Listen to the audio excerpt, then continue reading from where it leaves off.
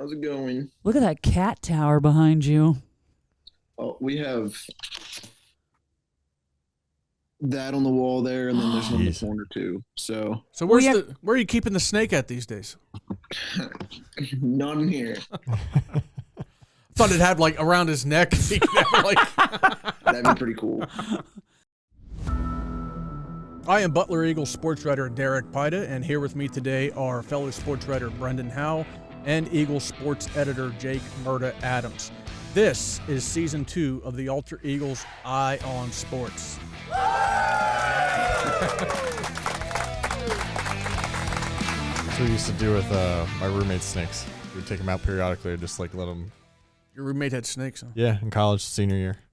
They were cool. Little albino ball pythons. Okay. Oh, wow. Yeah. They were babies at that point. Okay. They got to like 2.5 feet by the time we graduated. I think they're like 4 or 5 now. I'm pretty sure they're still alive. He hasn't told me that they're not. I'm okay with seeing snakes at the zoo, but if one's like in my bathroom like his was or wherever it was, I'd be freaking out.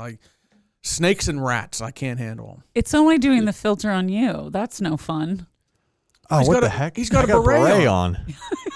You have one on. Nice. I don't know why I can't get it on Derek. I'm trying to. Because I'm the cooler one. Did you have to pay Zoom for those? No, I didn't. They got to pay us for using their service. Giving them advertising. Are we even giving them advertising? Business isn't as booming as it was in Look at the bird. No, it's not. Derek has a bird next to him. Did you see it? Oh, no, we can't. In the it snapped at me. Laura's trying to kill me. No. Okay. We're gonna.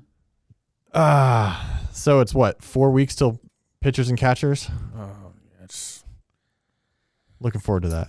Zach Zimmerman upstairs, and he's all-around Pittsburgh sports fan. Steelers, Pirates, Penguins. He said he's optimistic about the Pirates this year. He's thinking like mid-80s as far as wins. I hope so. I do not say this making fun of or being mean to Pirates fans, but that's amazing. That is what's considered optimistic for a once proud franchise. Oh, yeah. It's long ago. It's how the Buccos roll. I mean, it's, last year was 70 wins, I think, and it was like, yeah. Did we really expect more? No. He asked me today in the office what I would trade or what I would want for Alec Boehm, the Phillies third baseman. And I was like, give me a mid-tier prospect. And so we made the deal for the Pirates and Phillies. We're playing GM for the day. Speaking of sports, let's move it to teams that we believe are going to be in the playoffs. I don't know if we can say that, other than Zach Zimmerman upstairs. He believes the Pirates are going to make a run at it. But when it comes to high school basketball, the postseason is right around the corner. What teams have surprised you in a positive way this year, and which teams do you see making the longest playoff run, Jake? Longest playoff run, I think I have a little bit more confidence in. Surprise, I mean, it's Knoch to a degree. Like the boys team, we didn't know what to expect, and we were going to have Joe Lafko on, the head coach, here in a little bit. They've been really, really good. They beat North Catholic, who we thought going into the season was probably the better of the two teams. Now we'll see what happens later this week in the rematch. But that's been probably my biggest surprise, I think, on either side, boys or girls. As far as like who's going to be around the longest, I basically just went with who do I think is going to make it to states. Because once we get to states, then it all kind of depends on where you're seated, who you get matched up against. Some teams are going to get a really tough draw. Some teams aren't. Karns City girls feels like a lock to me. Slippery Rock girls is a lock. North Catholic, Seneca Valley, those two teams feel like they should be able to make it to states. Boys-wise, I don't really know outside of North and Knoch. I mean, we're not – Montauk and Slippery Rock's not even ended up in D10. Karns City boys is going to be there, but I think they've struggled against some of the top-tier teams in the KSAC so far this season, so where do they go? Butler might not even make it to the playoffs here, and that could be determined as early as tomorrow night, Tuesday, which is actually going to be 2 days before this episode drops. I think our girls' side is really good this year, and the boys' side has a lot of question marks. Brendan, what are your thoughts on high school basketball? Montauk is a team this year that I thought like getting a new coach was kind of going to be a rebuilding phase.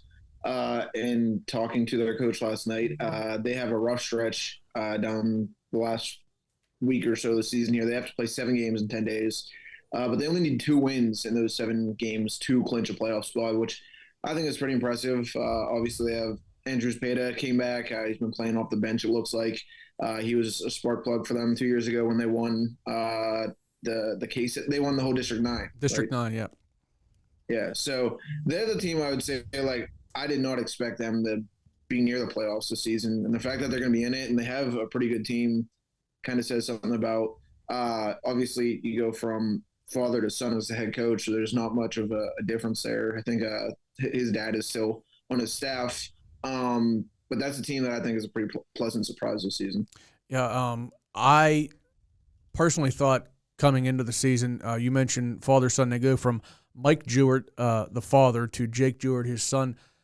I figured he was going to be able to inject some, energy, hopefully a few more wins than they had last year. But right now they're 9-5, and they have a chance to, as you said, they play 7 games over the next 10 days. So they have a chance to get up around, 14, 15, 16 wins.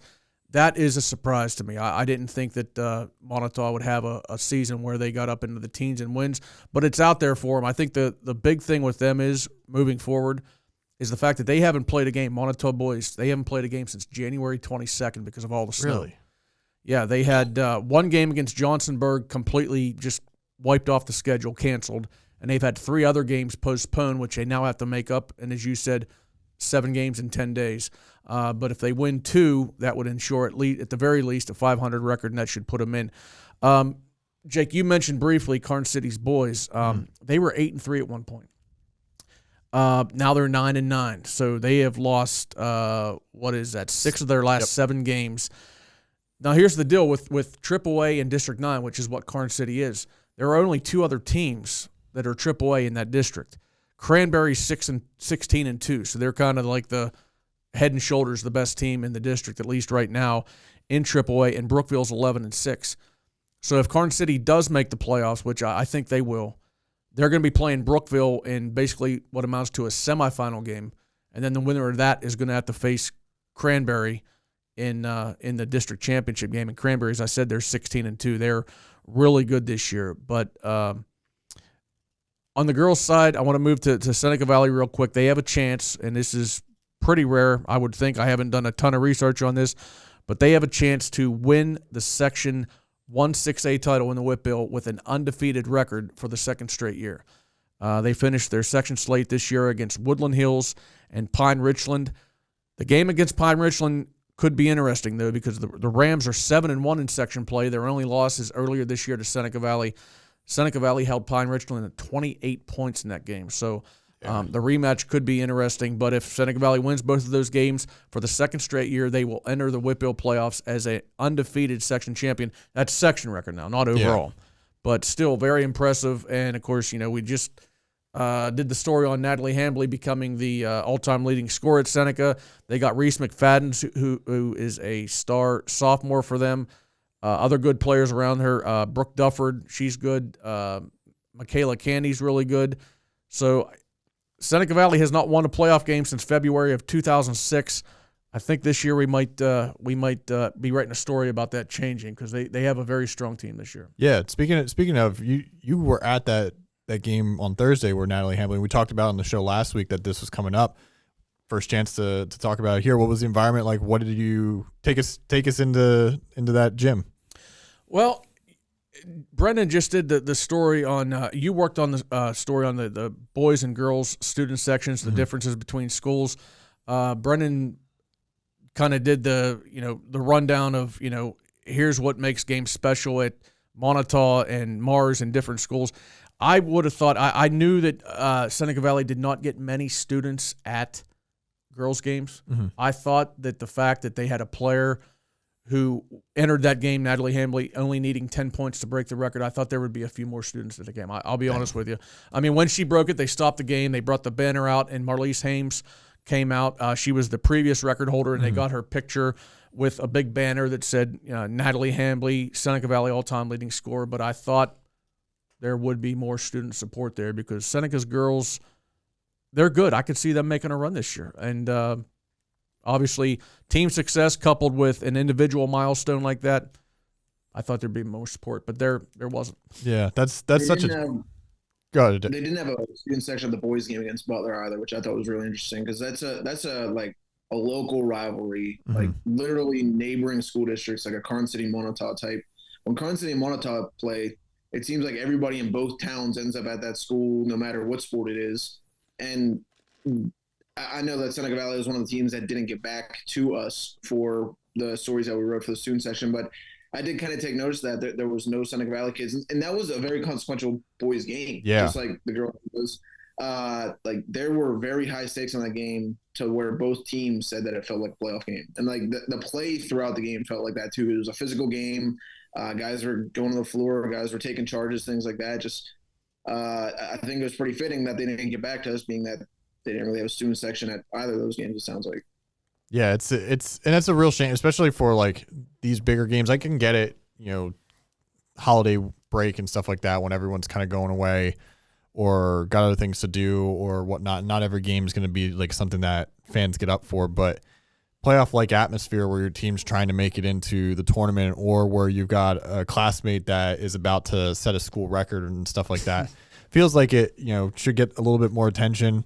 It is interesting. Like I was there for Natalie's 1,000-point game, which was also against Butler, and then you were there for this past game. Was she just as like muted and kind of low key about the whole thing as she was for 1,000? Yeah, I'm thankful for Brendan because he actually got the vast majority of the quotes for that story beforehand, and then it was my job just to go down and actually cover the game. And I did get a quote from her after the game about, it did mean a lot to her that the milestone all-time leading scorer at Seneca Valley, it has come in a year where the team is having success.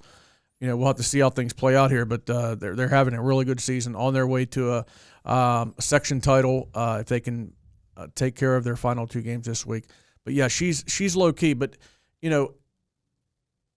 in one respect, I definitely respect that because it's obviously a milestone, but she realizes, and she acknowledges that whatever the team does this year is going to be how this season is remembered down there.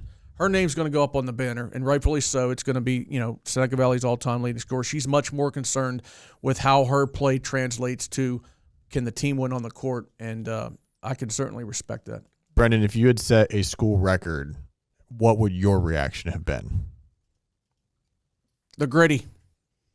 I can't quite know. I wasn't setting any records. Maybe like sports stories. I know. Hypothetical. Yeah. Go. Yes, and this is improv. We're pretending. We are pretending. In high school, I would have been like very complimentary towards my teammates and everything too. But as I get older, like I just wish one of these kids one of these days just be like, yeah, it's all me. Like I'm so good. Wait. Decent personality. Like we need and, like guys like Stone's back at Butler, like just people that add like a theatric part. I am the greatest.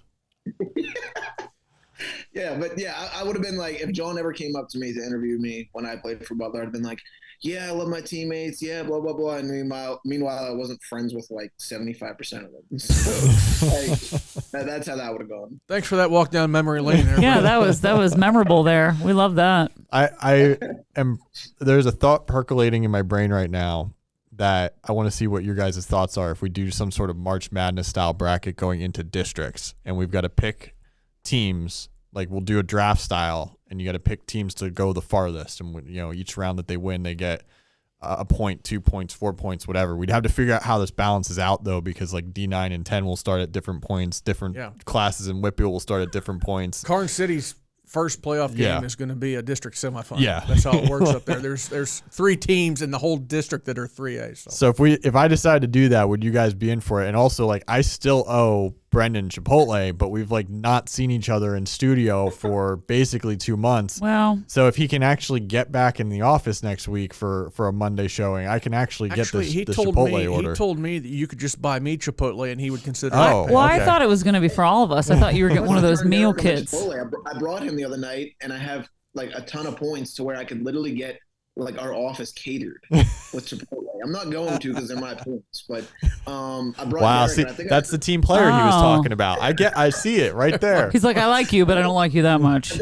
I think I put Derek on the Chipotle though. So he did. He bought me. Your convert. He bought me Chipotle a couple weeks ago just with his points because he's got 8,000 points. 12,000. 12,000. What did he get you? Just a regular rice bowl with queso and. So almost as What kind of meat? Were you steak, chicken? Steak. It was steak. Steak. Yeah. Chipotle points are as valuable as American Airlines points for almost anyone else. Oh, yeah. Joining us this week for the Eye on Sports podcast is longtime Whitfield boys basketball coach and current Knoch coach Joe Lafko. In his first season with the Knights, Joe has Knoch atop the Section 1-4A standings with a 10-0 record, 16-3 overall entering this week's play. Joe, thank you for joining us today. Welcome to the show. It's a pleasure to see you guys.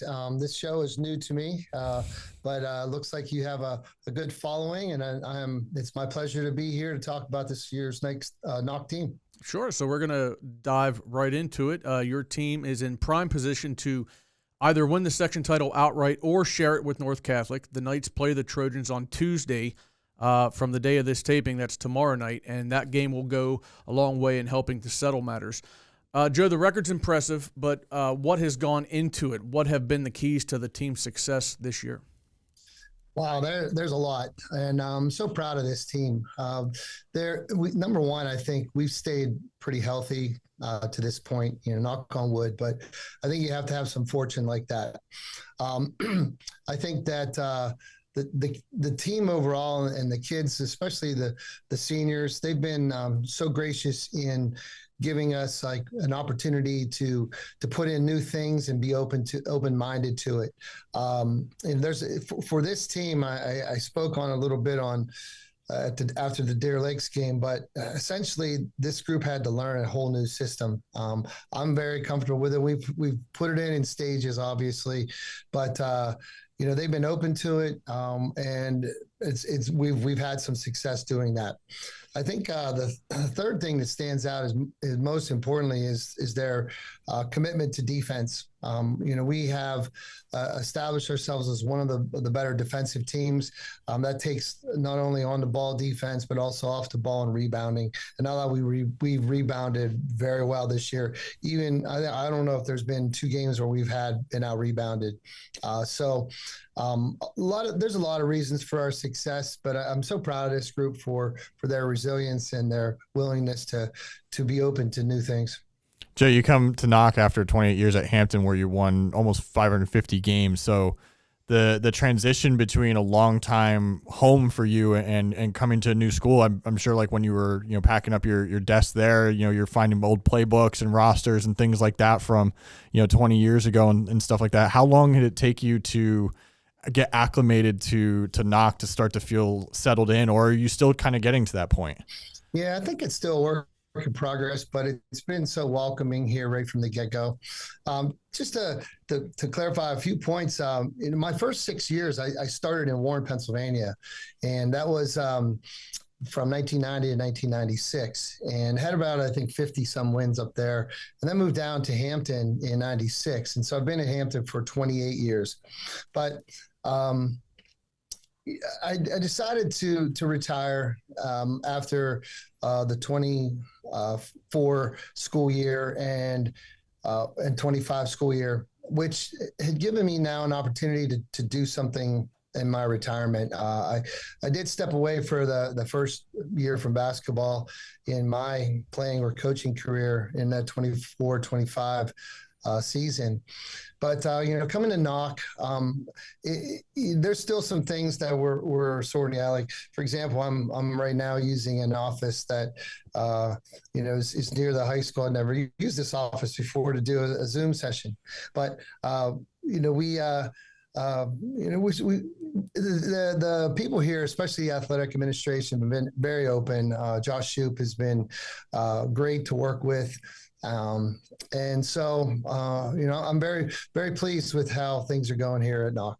That year away, you called it a retirement, so the intent is to not come back to coaching. So what did you do during that time off, and what kind of gave you the itch to come back, I guess, or what perspective changed? Yeah, it was a retirement from teaching. I was an educator for 35 years, 29 at Hampton.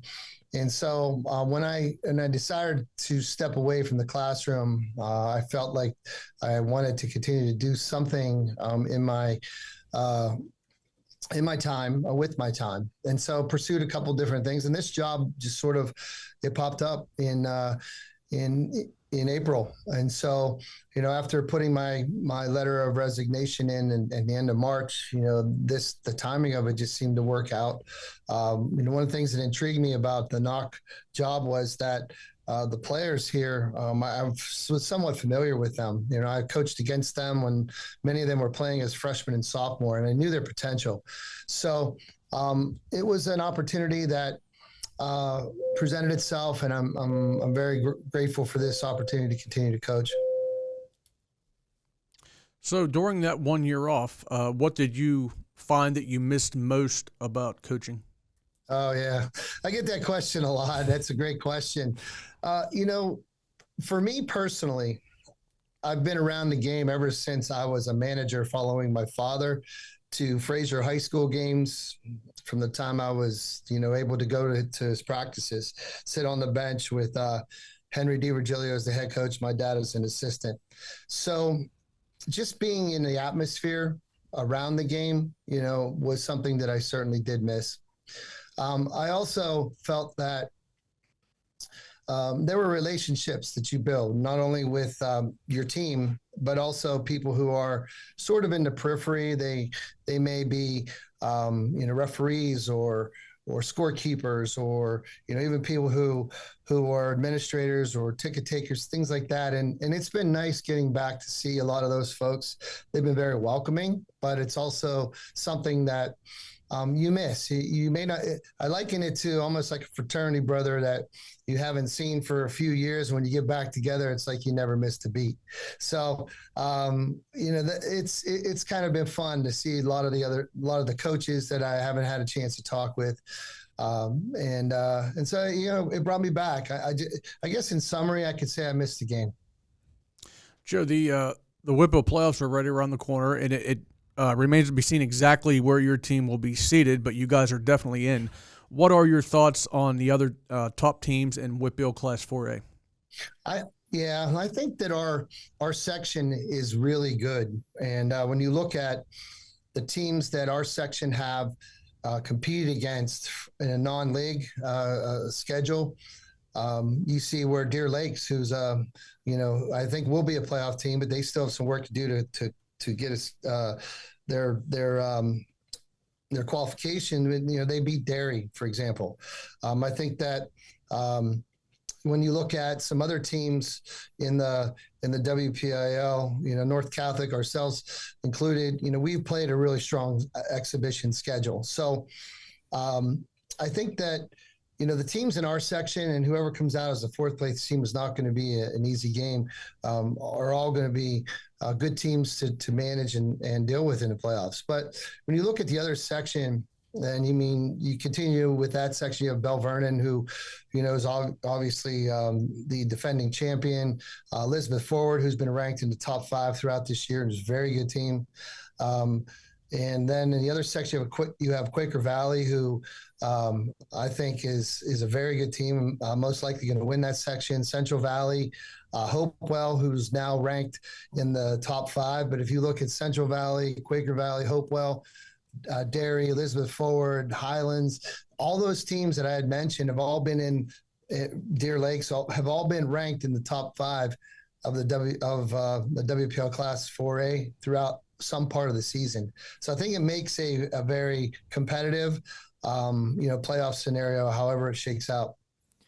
We know a lot about like some of your key starters, DeFelice, Derek Lang, Tegan, who's already 1,000-point scorer. What about the bench? How important is that group going to be, and what can you tell us about, especially what their role is going to be going into the playoffs when those, all the little details become that much more important? Sure.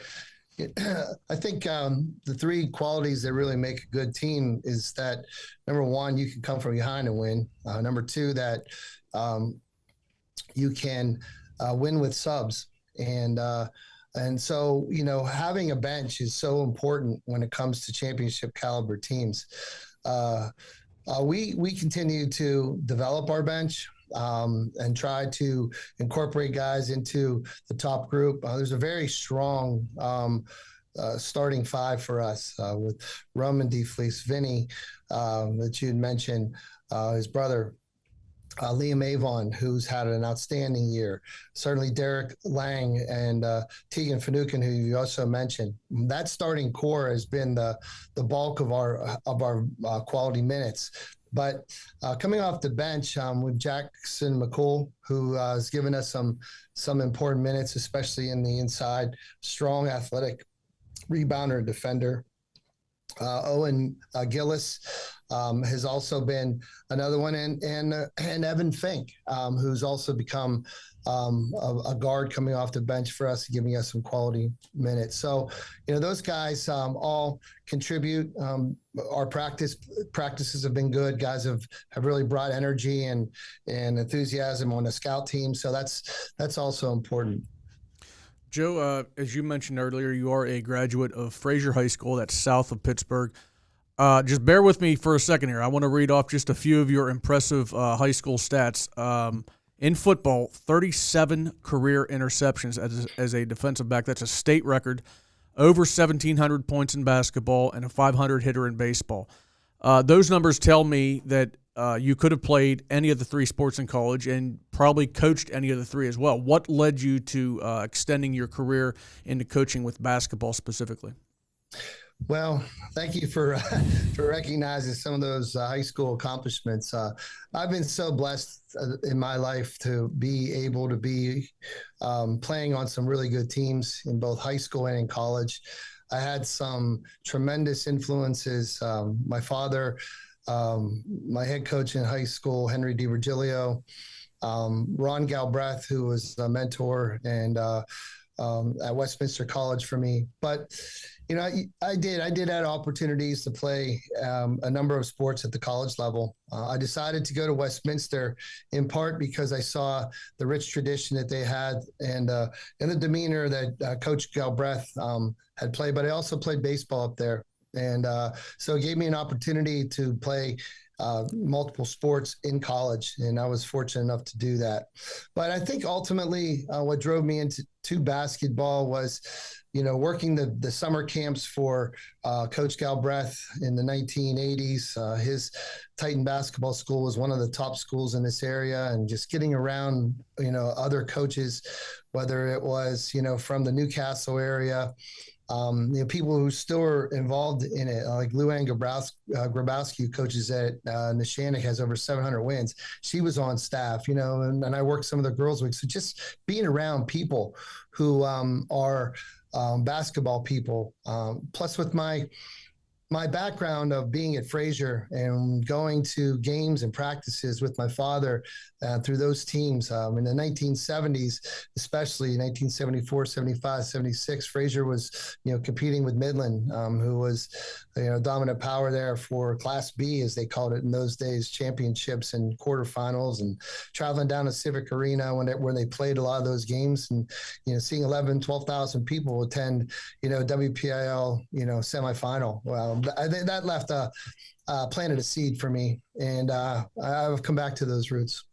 More accolades to list off for you. You're a WPIAL Hall of Famer. You're a Fayette County Hall of Famer. You've won a WPIAL basketball championship. What is the crown jewel of your achievements, whether it's one of those or something else that you've accomplished? I don't know if I could answer that. I think my crown jewel in my life personally was my marriage to my wife, Shannon. Great answer. Look at that, man. Having two fantastic children. Both I had an opportunity to coach. My son, Joey, who's now an airplane mechanic at LJ in Latrobe. My daughter, Jenna, who spent some time in college coaching, but now is working out in the Columbus area. I mean, the family has been very important to me, and I've been so blessed with that. Basketball and sports is what you do. It's not who you are. And so, those accomplishments, I appreciate you mentioning, but I would say it's unsports related when it comes to my biggest accomplishments in life.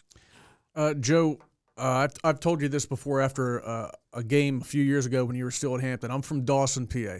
And you're one of the few people in this area that is familiar with my hometown and where it is. It's literally a speck of a speck on the map along the Youghiogheny River. But aside from sports, do you have any other lasting memories of growing up in beautiful Fayette County? Yeah, ironically, when we talk about family, my mother was the youngest of 13 children. And so I have 33 first cousins on that side of the family. Jeez. And so just having that experience at Thanksgiving, where there would be multiple seatings for 4 turkeys that were cooked. It's like unbelievable. So, but that's in Connellsville. So my roots really tie into a lot of Fayette County, from Perryopolis, where I grew up, to Uniontown and Connellsville and Dawson. And so, a lot of fond memories down there to just reflect back on and see where you've come in life. How long does it take you to write off those Christmas cards every year to your family? It takes a while. My wife Shannon is the one who manages that kind of duty for us, but and I appreciate her. I was gonna say, if we had more time, because we know you got to get to practice here in a minute, I would ask you in like 60 seconds to name all your first cousins and see if you could do that. Yeah, that would take me a while to think about it. But to talk about roots in basketball too. My cousin Don Williams, who coached Carmichael's for, I think, almost 40 years. He had over 500, high school wins too. So, we talk about the legacy of our family and how there's been an impact there through that. What was the sport that settled debates during those like Thanksgiving dinners and family get-togethers? Was it basketball? Did you guys go play football to settle it? What was it? It was football. The old Dunbar Township football field was literally right behind my grandparents' house, and we would come back full of mud when we would play those Turkey Bowl games growing up, and then come back in and later in life watch the Dallas Cowboys, who I had a cousin who was just a diehard, but certainly outnumbered when it came to fans of the Steelers and the Cowboys in our households. It's tough for me to let this guy go today because he's speaking my, that's where I'm from. That's Fayette County. I went to junior high west, which was right next to the old Dunbar Stadium. Yeah, exactly. Right up, is it Broadway? I think it was the East Crawford Avenue. Or Crawford, and then Broadway, I think, went right off of Crawford. So that was the area. That was my grandparents' home. Then later my aunts who moved and stayed in the home and kept those traditions alive. That's awesome. We know you got practice coming up here, Joe, and we appreciate you taking the time. I will be down tomorrow night to see you guys take on North Catholic, and best of luck to your boys. Appreciate it, guys, and thank you for the interview and the opportunity to talk hoops, but also to reflect on life and where we've been, and hopefully creating more memories as we go down the road. Yeah, absolutely. Thanks, Joe. We appreciate it. Good luck. You're welcome. This makes me happy every time. He's there. He's just all right. It's Super Bowl week, Brendan. So obviously this question. It's about the Stanley Cup Final. It's about the Tour de France. Okay. The late great Franco Harris played in 4 Super Bowls for the Steelers. Your question is very simple. In how many of those 4 Super Bowls did he rush for at least 100 yards? Ooh. I'm not even going to take time to think about this because it's just going to be a guess anyways. I'll go 2. Wrong. Ooh. 1. I almost said it before the buzzer. Listen to this. He won Super Bowl MVP in Super Bowl 9 when he rushed for 158 yards. In the other 3 Super Bowls combined, he ran for 196 yards on 67 carries. Ow. But the Steelers' passing game That sounds painful. The Steelers' passing game was electric. There was a lot of icy hot. TB, bringing it home, baby.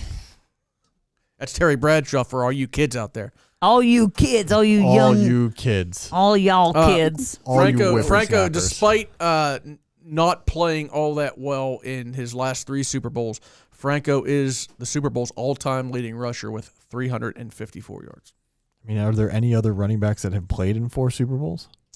Thurman Thomas. Did he? Yeah. Oh. And he ran for like 220. Other than the one against the Giants, he got completely shut down. How many was Emmitt Smith in? 3. Terrell Davis was 2. 2. Larry Zonka was 3. Who would have been the Patriots had different running backs like all throughout. Like they had like every week they had someone new. Polk and those guys. Who was the leading running back for those Bills teams in the 90s? Thurman Thomas. Oh, okay, yeah, messed up my arrows there. Yeah. Nice try though, Brendan. I'm proud of you for getting close there. You said 2. The answer is 1. I'll give you a hug later when I see you. So it is time for our Beyond Butler segment. Are we good? Well, I mean, if you want hold on. Do I need the soundtrack? I don't know. Yeah, let's do it. Hold on. It's just like a quick little, hold on. I got to make sure the sound, because now I got to use this thing, which is not. Ready? Yep. Oh, come on. What? No. That doesn't make any sense. Oh, wait, I know. Hold on. I've been a Seahawks fan my whole life, by the way. Okay. So you know. Wait. Oh, yeah. Wait. Yeah, they call you Sasquatch because you live in the Great Northwest. It's time for the Beyond Butler segment where we talk about something in sports outside of Butler County, whether it be college or pro. And this week, I'm gonna bring up one of our favorite sports personalities. I know that's certainly the case with Jake here. Yep. Bill Belichick was up for Hall of Fame this year, and he got, I guess you would say, snubbed. He's not going to be going in next year. Of course, he has a lot of more years to make it, but who knows how long that guy's going to be around. So he's like 73 years old. Bill Belichick. Brendan, what are your thoughts on him not getting in his first year of eligibility? Well, my favorite Super Bowl food is buffalo chicken dip. I'm not sure if you guys knew that. Being that was our topic the past 2 years for the Super Bowl, remember? Yeah, sure. Okay. My first reaction when I heard this, I thought it was funny. Anyways, my first reaction when I heard that he was snubbed was like, of course, the Bountygate thing comes up, and then you hear not Bountygate, Spygate. Not Bountygate. Okay, well, I might as well just quit the show now. The Spygate thing, and also the Deflategate, which he had less of a part in with Tom Brady. Anyways, Bill Polian was like colluding against him, saying like he should have to wait. And of course, Bill Polian was the guy who built the Colts, who, if not for the Patriots, probably would have been the team that won multiple Super Bowls during that time with Peyton Manning, Reggie Wayne, Marvin Harrison, those guys. I don't know. I feel like the Pro Baseball Hall of Fame, or the Baseball Hall of Fame, whatever you call it, they punished steroid guys. And so Barry Bonds still isn't in. Roger Clemens still isn't in. Arguably two of the best baseball players ever. If you cheat, then there is a punishment that comes with it, especially when that like cheating is proven. And I know a lot of teams during that time, like people have come out and said that it wasn't just Belichick, and like other teams were trying to do the same thing, but they got caught. But he got caught, so I don't think it's the worst thing in the world that he has to wait an extra year. Let me ask you this though: if the final vote was down to you, would you have voted for him? I would have voted Ben. Yeah, I mean he's Bill Belichick. He's Bill Belichick. How do you view that? Part of me is very just, I don't care too much about this. This has been really blown out of proportion, I think, just because it is the winningest coach in sports in the last 25 years. I mean, Greg Popovich maybe is there with him. And so like the one other theory I want to throw out there actually, as I like try to gather my thoughts a little bit here, is I've heard this posited that maybe some voters didn't vote for him because he's still active and still actively trying to get back into the NFL. If according to reports, he's not saying that obviously, but he never says anything of substance to begin with. So like, if you were going to weigh the three different like theories of why he's not in this year, would you go with he's being snubbed because he cheated and there's a punishment? He's being snubbed because the voters don't like him personally, whether it's media voters or former coaches, former Hall of Famers, etc., or that some people don't want him in because they think he's still going to be an active coach for a little while longer and would rather wait until he's truly done. What would you think is the most likely of the three options? I think there's a lot of people out there who believe he should be made to pay for his alleged involvement in two gates, especially Spygate and, to maybe a lesser extent, Deflategate. I should have opened the segment with this. Bill Belichick, 333 career wins, including playoffs. 17 seasons with at least 11 wins, and the vast majority of his career came in the 16-game schedule. 6 Super Bowl titles. He won 70% of his playoff games as a head coach. And this is coming from a Steeler fan, right? I've heard the interview with Hines Ward after the 2004 AFC Championship game. The Patriots beat the Steelers 41-27. And Hines Ward said, and this was after the game, this was a good 2.5 years before the whole Spygate thing came to light. He said it was like the Patriots defense was in our huddle on offense. They knew exactly what we were doing. I think he belongs in the Hall of Fame. I mean, he's going to make it. Let's face it. He's not 10 years from now. We're not going to be talking about Bill Belichick not in the Hall of Fame. He's going to make it. But I do think that when you leave the voting up to, humans, as every Hall of Fame voting is, people are going to bring their own personal feelings, their own biases, their likes, their dislikes, and this might come across as crazy, Jake. I know you're probably going to be surprised by this, but I think there's a lot of people out there that don't like Bill Belichick. Oh my God. What? He's going to get in. Brendan, did you know this? His girlfriend seems to like him. Yeah, she likes his money. He's going to get in, but I do think it's. Here's the question. We just talked about Bill Belichick, and you talked about Deflategate with Tom Brady. When he's eligible, is he going to be a first ballot guy? Yeah. It's interesting to see that. I think the reason Brady gets in first ballot, and one, I think it's also kind of funny that this is the time where pro football is concerned about the first ballot. That's a baseball thing. No other sport in the U.S. do we care as much about the first ballot Hall of Famer as we do in baseball. And this is the first year I remember anyone going, oh my God, how could this guy not be elected on the first ballot? I think the reason Brady will get in is a very simple head-to-head. Brady won a Super Bowl after Belichick, and so more people, because that was a debate when they split, was who is more responsible for their 6 Super Bowls, Brady or Belichick. But Brady goes and wins number 7, and that just kind of immediately settles the debate right there. So I think Brady gets in regardless. Maybe he doesn't get the full 50 votes and is a unanimous choice, but he'll get 48, 49 easily and waltz right into Canton, and deservedly so. As much as I like rooting against the evil empire that they were, I also respect that Brady was the greatest he was the most successful quarterback that has ever lived. I don't think he's necessarily the most physically gifted.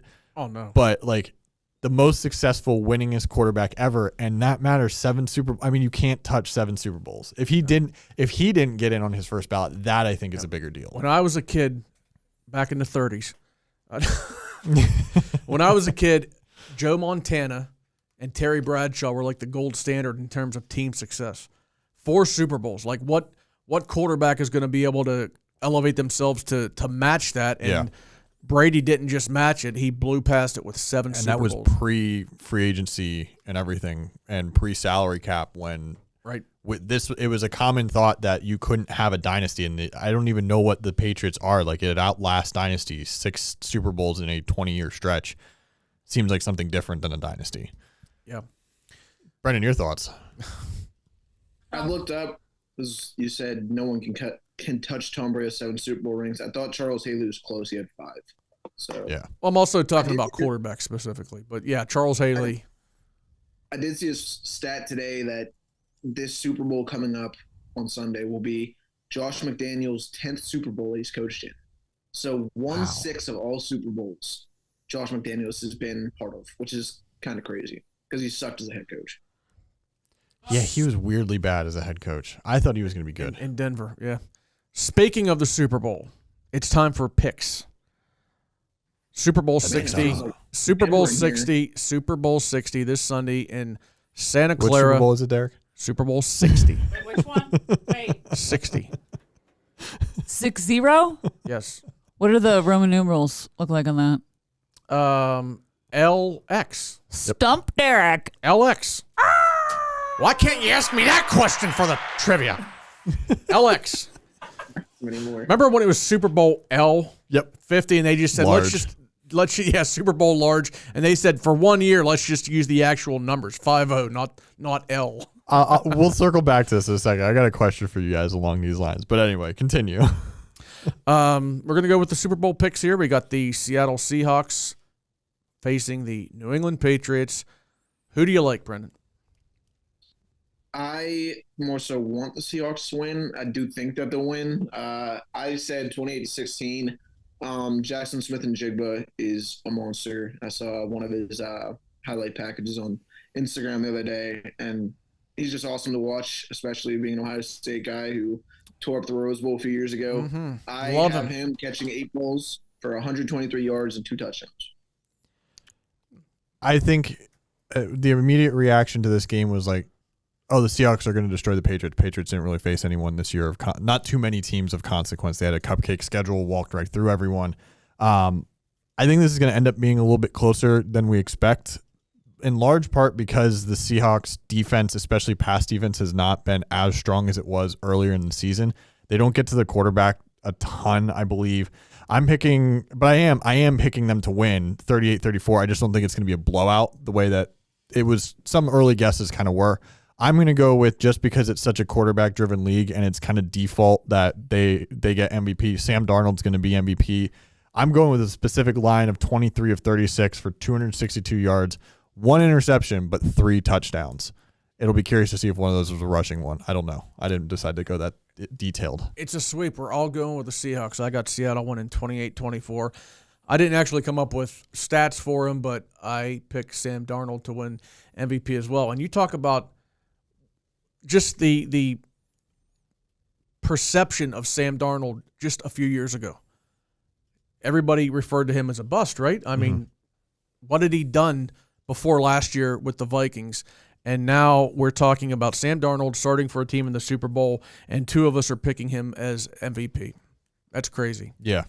And Brennan, your Seahawks, I'm picking them to win the Super Bowl. Seahawks. Do you remember Sean Alexander? Yes. Okay. Because he was like the early first- mid-2000s. He played I against the actually Steelers. watched the other day. Derek watches YouTube videos while he works sometimes, right? Like he'll have that on. While I was doing pages the other night, you remember the NFL Films like team season packages? Like they would do one for every team every year. Yeah. I looked up on YouTube. I was like, Seahawks 2005 team video. I miss those like cinematic, theatrical like experiences that NFL Films would give you for every team, because it just doesn't feel the same anymore. Like Inside the NFL when I was a kid was the coolest thing ever. Just how they made everything into a movie. But yeah, I remember Sean Alexander. I was actually looking. I wrote the top 22 Seahawks players of all time. He was a pretty dependable running back, but after that MVP season, it was just off a cliff for him. Yeah. Like I think he tried playing for Washington, who was not the Commanders then, obviously, but his career just kind of fizzled out after he won that MVP. Which, would you rather win an MVP and have your career fizzle out, or not win an MVP at all? Do you remember when that year was that that first bad year he had was? Because I remember specifically 2007, yeah, and he was the Madden cover boy. That was they had just started to realize, because it had only been like 6 or 7 years that there was a Madden cover athlete, because it used to be John Madden all the time before that. The first like 10 players had a terrible season every year they were on the cover, and it was like, I remember Sean Alexander's year where that became part of the lexicon, that it was the SI curse. It was the equivalent of that. It was the Madden curse. It started right around that year. It was like, because he was so bad. He was so bad in that 2007 season. 1 year, wasn't Vic on there, and then he got hurt. He got hurt that year. Like missed like 13 games out of the season. Yep. Michael Vick was on. I remember Eddie George being on it 1 year. I was sorting through football cards last night, and I have a Sean Alexander Madden 2007 card. It's not a picture of him. It's a picture of his video game avatar. So it's pretty cool. So the Super Bowl question I had for you guys: are you guys a fan of the Roman numerals, or would you rather it just be numbers? I love the Roman numerals. That's how I know Roman numerals. That's how I figured them out. Same. Brendan? I think Roman numerals look cooler. I always thought it was like a gladiator thing, but I actually wrote about this late last night for one of the jobs I do. And it was just like Lamar Hunt thought that it would look cleaner, I guess, than just regular numbers. So Yeah. I think if we did Super Bowl II, it would look more like Super Bowl any number, it'd look more like a movie or like a episode than That's a good point. an actual event itself. I like the Roman numerals just because it feels different from other sports. You know, you get to the 125th Kentucky Derby and it's 125. You get to the 75th, college football playoff championship whenever that happens, even though it's not even going to make it that far because there'll be some new iteration of a championship game in 65 years or whatever it is. Like, I think the Roman numerals just make it stand out a little bit more. My last question, I think you were touching on a little bit. What's going to be the food or dish or side of choice on Sunday night? Well, we're making hot wings. Nice. Which my wife likes, but me and my son are really into. He'll probably wake up at like 2 a.m. throwing up, but we'll deal with that when it comes. Also, we got the spinach artichoke dip for the chips. Yes. I mean, the Steelers aren't in it, but we're still going to have a lot of good food. Hey, we still live it up, and we're still going to have a lot of good food. And I'll probably gain about 5 pounds that night. How about you, Brendan? Derek's having salad that night. I'll be having half a Little Caesars pizza. Last year, I worked the Super Bowl, or I worked the night of the Super Bowl, and I got pages mostly done. I went to my best friend's apartment. We got a Little Caesars pizza, ate half of it each, and then called it a night. I went put the story on the page. Angry at the Eagles won. So we're gonna do the same thing this year. I'm gonna get half of a Little Caesars pizza and enjoy that. And be angry that the Patriots win. Because that's how that's going to work for you. Are you still going to wear your Eagles jersey? Oh, heck no. I only break that out for Eagles games. No, it's I will be making homemade salsa again. It's very like gringo salsa here, but I like it. It's tomato and red onion and peppers and a little jalapeno and some salsa seasoning in it. We should have had a pre-Super Bowl party. We should have. We forgot to do that. Should have, would have, could have. We could do. Well, you're the producer. You should have produced this. Bring your leftovers next week. I'm actually celebrating my birthday and Valentine's Day this Saturday with my wife. Big weekend for the PIAA household. On Saturday and then Sunday's the Super Bowl. So okay. Is her Valentine's Day gift just you leaving her alone watching the Super Bowl the next day? No. I still got to do the roses, but I actually give them to her on Valentine's Day, which is a couple weeks from now. But she's spending the day with me on Saturday, so I must not be completely turning her off after 12 years of marriage. Always good. Always good. You know what I'm doing for Valentine's Day? Right. What, Brendan? She better treat him right. That's what I'm say. What are you doing for Valentine's Day, Laura? Probably gonna watch a movie and make dinner for myself. Oh, Brendan, that's great. Brendan, that's gonna be fun though. Here. Move in and do something here. Wait, what? Talking about. What are you talking about? He lives with his girlfriend. Right.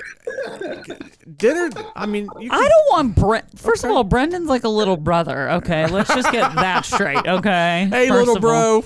Actually, I'm old enough to be your dad. You're all like brothers. It's like this is true. I'm old enough to be his dad. This is true. Brendan, what's the best dish you can cook for your girlfriend? I think he went the whole show without mentioning Bailey's name. Oh my gosh, you did. Wow, I think this is a first. She's at work right now. Is that why? No, I don't know. What are you doing for Valentine's Day? She made broccoli cheddar soup last night, which was good. Like she's taking initiative. We're not talking about what she does for you. We're talking about what you do for her. Yeah. Well, I'm thinking here. I'm gonna write her. It's been a while since I've written her handwritten love letter, so I'm probably gonna do that because she's really into that. Great. You want me to edit that before you turn it into her? I could look it over. You don't even know my abilities with a pen and notebook. That's right, we don't. Is it? It's a quill. It's in cursive. It's super fancy. There's a feather on it. I'm getting you a quill feather for Valentine's Day. You're gonna spray some cologne on it too. We're going to Mamacita's in Mars. It's like a Mexican restaurant. Really good food, actually. I've not been there yet. But our plan is movie beforehand, Mexican restaurant afterwards for obvious reasons. Her stomach gets upset and so does mine. So, yeah, that's TMI. Yes. And then you eat Chipotle. Party at house place. Oh my gosh. That's that. That's all. So you're just taking her out to eat. You don't cook for her though. Nah, I'm not that good at cook. I can make pasta with butter and Parmesan cheese. Listen, I can make crab cakes with poached eggs and a sriracha hollandaise sauce. Blah, blah, blah. What's that? I don't know how I'm not married, truly. If you knew. All those things don't sound good to me, but it's amazing that you can cook them all. Oh, yeah. I would not eat that. My friend who's a foodie, when I lived in Boston, we would do these like 7-course meals, and we'd each do different courses. And I made it once. It's from Chrissy Teigen's cookbook. 2 of those. Yeah, those are and good. so I perfected it. I perfected the crab cakes, everything down to, and it's on top of a bed of arugula with avocados on top. So good, little fresh cracked pepper on top of that hollandaise sauce. Someone's like, leave the sriracha out. I was like, I'm not doing that. Anyways, made them. They were so good. This guy travels all around the world and eats food. He said, can you please make those crab cakes before you move? And I was like, sure. So that's one of my things. I bought a waffle maker story, I know. on Saturday. I made waffles. Stepping up in the world. Proud of you. It was like $12. So I am basically the one who taught my wife how to cook. She did not cook. Yeah. When she became an adult living on her own. It was frozen box lunches. Oh no, man! You got you gotta. She was Brendan. I might she make could myself pasta. a steak. I might get a fillet and just medium rare that. Just some asparagus and maybe some like double whipped potatoes. You know what I'm talking about? Yeah. Yes, that's what might be happening. How about some LJS? LJS. Treat yourself, Long John's. Oh, I don't think stepping up in the world. I don't know if I could eat there. I mean, hey, if Rutter's is 3 hours away, the next best thing's Long John. I told you I drove past Rutter's. Did I tell you that when I was on my way back from the Catskills over New Year's? I was on 80 and out loud, I'm by myself in my car, and I'm like, Rutter's, and I just yelled out and pointed. So you should have stopped and gotten a shrimp coleslaw and French fry platter. No way. I would have probably pulled over and on the side of the road, been over under 59 minutes later. Just a tip for you: if you ever do that, check the date on the tartar sauce. That's all I'm saying. Okay. Thanks. Okay. There was something else I was going to bring up today, and it just slipped my mind. I'll remember though. Yeah.